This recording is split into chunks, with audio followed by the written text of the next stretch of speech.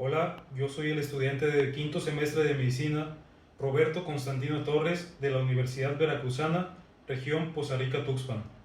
En este video les mostraré la exploración de las alteraciones en la región precordial y los ruidos cardíacos.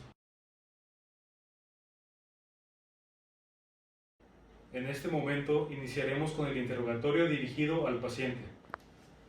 ¿Usted al caminar distancias cortas tiene dolor en el pecho o falta de aire? No, ¿Al caminar distancias más largas no, y al correr? no.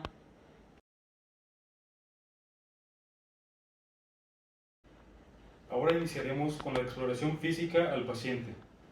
Observaremos que no tenga una escoliosis o una lordosis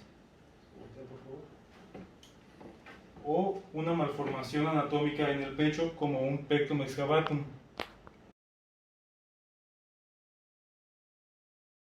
Ahora realizaremos la palpación y preguntaremos al paciente si tiene molestia al tacto. ¿Le duele? No, ¿Le duele? no, ¿Le duele? no, ¿Le duele? no. Lo correcto es que no haya ninguna molestia en esta región.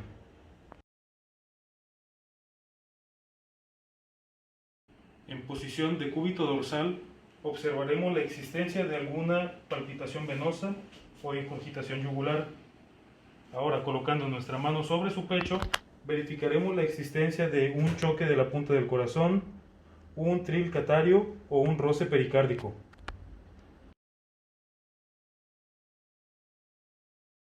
Es un método subjetivo y expuesto a error, pero la forma correcta de realizarlo es de la línea hepática. Tenemos que ir percutiendo de forma ascendente a buscar un ruido mate, y de la línea media clavicular derecha ir percutiendo hacia el área external al buscar esta área mate para tener una línea imaginaria del área del corazón.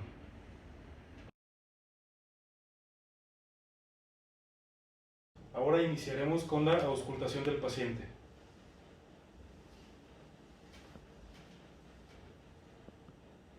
En este sitio exploraremos el punto aórtico.